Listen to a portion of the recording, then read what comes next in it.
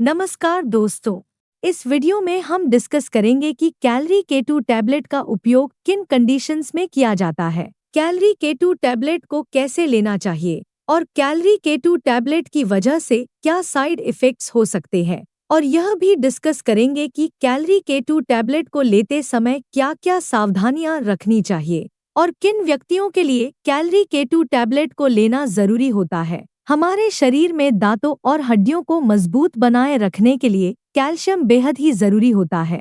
हमारे शरीर का 99% कैल्शियम हमारे शरीर की हड्डियों और दांतों में स्टोर होता है और बचा हुआ 1% हमारे ब्लड में होता है। जब हमारे ब्लड में कैल्शियम की कमी हो जाती है तब हमारा शरीर हड्डियों और दांतों से कैल्शियम लेने लग जाता है, जिसकी वजह से धीरे धीरे हड्डियां और दांत कमजोर होने लग जाते हैं। हड्डियां कमजोर होने की वजह से हड्डियों में हल्की सी चोट या गिरने की वजह से भी फ्रैक्चर हो सकता है। कैल्शियम की कमी की वजह से दांतों की जड़ें कमजोर हो जाती है और दांत भंगुर होकर टूटने लगते हैं। और छोटे बच्चों में कैल्शियम की कमी होने पर उनके दांतों को निकलने में देरी हो सकती है या लंबा समय लग सकता है। बच्चों में कैल्शियम की कमी लंबे समय तक रहने पर उनकी हाइट भी कम रह सकती है। कैल्शियम की कमी की वजह से बच्चों में रिकेट्स हो सकता है और 19 साल से अधिक उम्र के व्यक्तियों में ऑस्टियोमलेशिया और ओस्टियोपोरोसिस होने का रिस्क अधिक हो जाता है। ओस्टियोपोरोसिस एक हड्डियों का रोग है जिसमें हड्डियां बहुत ही कमजोर व अंदर से खोखली हो जाती है, जिसकी वजह से हड्डियों में हल्की सी चोट या गिरने की वजह से भी फ्रैक्चर हो सकता है। शरीर में कैल्शियम की कमी होने पर शरीर की हड्डियों और जोड़ों में दर्द रहने की समस्या भी हो सकती है। कैल्शियम के साथ विटामिन डी भी लेना जरूरी होता है। शरीर में विटामिन डी की कमी होने पर भी कैल्शियम की कमी हो सकती है, क्योंकि विटामिन डी शरीर में कैल्शियम के अवशोषण में मदद करता है और शरीर में विटामिन डी की कमी होने पर शरीर भोजन से कैल्शियम का अवशोषण अच्छी तरह से नहीं कर पाता है, जिसकी वजह से शरीर में कैल्शियम की कमी हो सकती है। अगर आप कैल्शियम की कमी को पूरा करने के लिए अकेले कैल्शियम के सप्लीमेंट्स ले रहे हैं तो ऐसी स्थिति में आपके द्वारा लिए जाने वाले कैल्शियम के सप्लीमेंट्स बेकार है, क्योंकि विटामिन डी के बिना आपके शरीर में कैल्शियम का अवशोषण नहीं होगा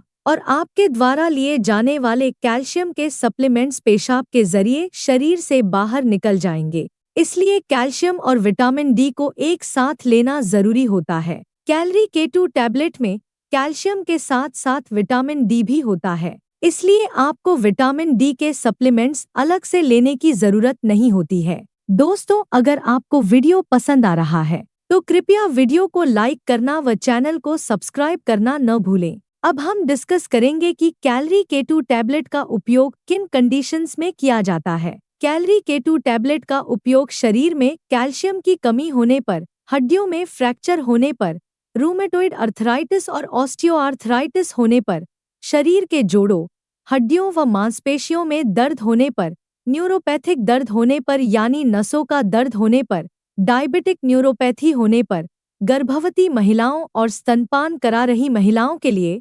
ऑस्टियोपोरोसिस होने पर, ऑस्टियोमलेशिया या रिकेट्स होने पर, शरीर में न्यूट्रिशन की कमी होने पर, शरीर में दांतों, जोड़ों और हड्डियों को स्वस्थ बनाए रखने के लिए, और जो व्यक्ति मिर्गी या दौरों की दवाइयां ले रहे हैं जैसे फेनोबार्बिटल फेनिटोइन, उन व्यक्तियों को भी डॉक्टर कैलरी K2 टैबलेट को लेने की सलाह दे सकता है। अब हम डिस्कस करेंगे कि किन व्यक्तियों में कैल्शियम की कमी होने का जोखिम अधिक होता है और किन व्यक्तियों को कैलरी K2 टैबलेट को लेने की जरूरत पड़ सकती है। जो व्यक्ति शुद्ध शाकाहारी डाइट लेते हैं और दूध, दही जैसे डेयरी प्रोडक्ट्स का सेवन बहुत कम मात्रा में करते हैं, ऐसे व्यक्तियों में कैल्शियम की कमी होने का जोखिम अधिक होता है। इसलिए ऐसे व्यक्तियों को कैलरी K2 टैबलेट को लेने की जरूरत पड़ सकती है। महिलाओं में मेनोपॉज के बाद एस्ट्रोजन हार्मोन का प्रोडक्शन कम हो जाता है, जिसकी वजह से महिलाओं में मेनोपॉज के बाद कैल्शियम की कमी बहुत जल्दी होती है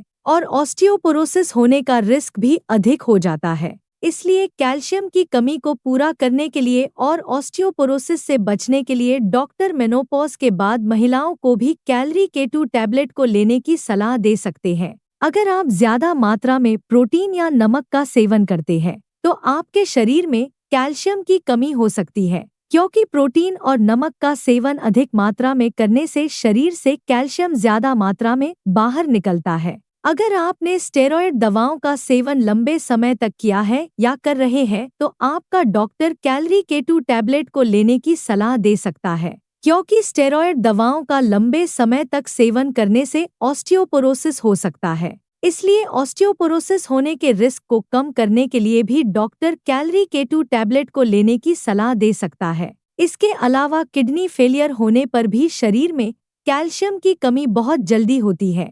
जिन व्यक्तियों को लैक्टोज इंटॉलरेंस की समस्या है, उन व्यक्तियों में भी कैल्शियम की कमी हो सकती है।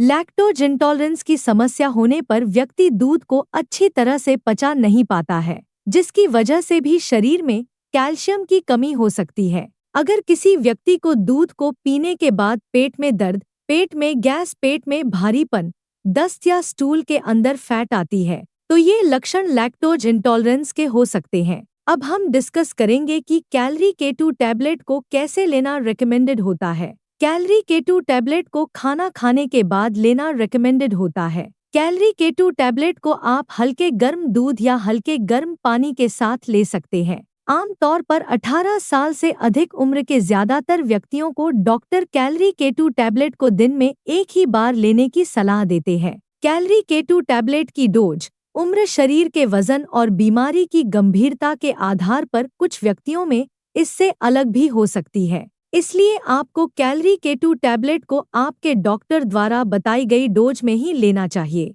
कैलरी K2 टैबलेट को कितने समय तक लेना चाहिए, यह उम्र और बीमारी की गंभीरता के आधार पर सभी व्यक्तियों में अलग अलग हो सकता है। इसलिए कैलरी K2 टैबलेट को डॉक्टर की सलाह के बिना ज्यादा लंबे समय तक नहीं लेना चाहिए।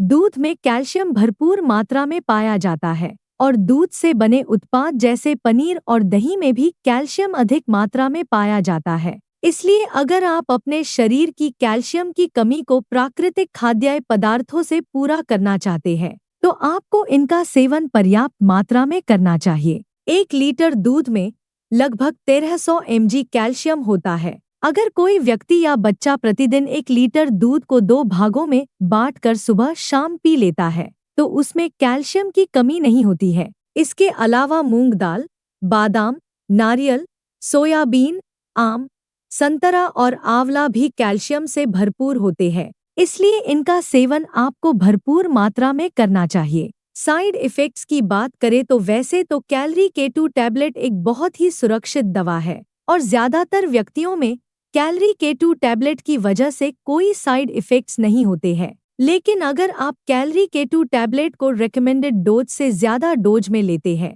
तो इसकी वजह से ब्लड में कैल्शियम का लेवल ज्यादा हो सकता है, जिसको हाइपरकैल्सीमिया भी कहते हैं। शरीर में कैल्शियम का स्तर ज्यादा होना भी नुकसानदायक होता है। कुछ रिसर्च में यह पाया गया है कि ब्लड में कैल्शियम का लेवल ज्यादा होने से दिल से संबंधित रोग होने का रिस्क अधिक हो जाता है। किडनी में पथरी होने का रिस्क भी अधिक हो जाता है। इसलिए डॉक्टर की सलाह के बिना कैलरी K2 टैबलेट को ज्यादा डोज में या ज्यादा लंबे समय तक लेने से बचना चाहिए। अब हम डिस्कस करेंगे कि कैलरी K2 टैबलेट को लेते समय क्या-क्या सावधानियां रखनी चाहिए। थायराइड की टैबलेट और कैलरी K2 टैबलेट को एक साथ नहीं लेना चाहिए, क्योंकि थायराइड की टैबलेट और कैलरी K2 टैबलेट को एक साथ लेने से थायराइड की टैबलेट का अवशोषण कम हो सकता है, जिसकी वजह से थायराइड की टैबलेट की प्रभावशीलता कम हो सकती है। अगर आप थायराइड की टैबलेट को लेते हैं, तो आपको थायराइड की टैबलेट और कैलरी K2 टैबलेट में 8 से लेकर 10 घंटे का गैप रखना चाहिए।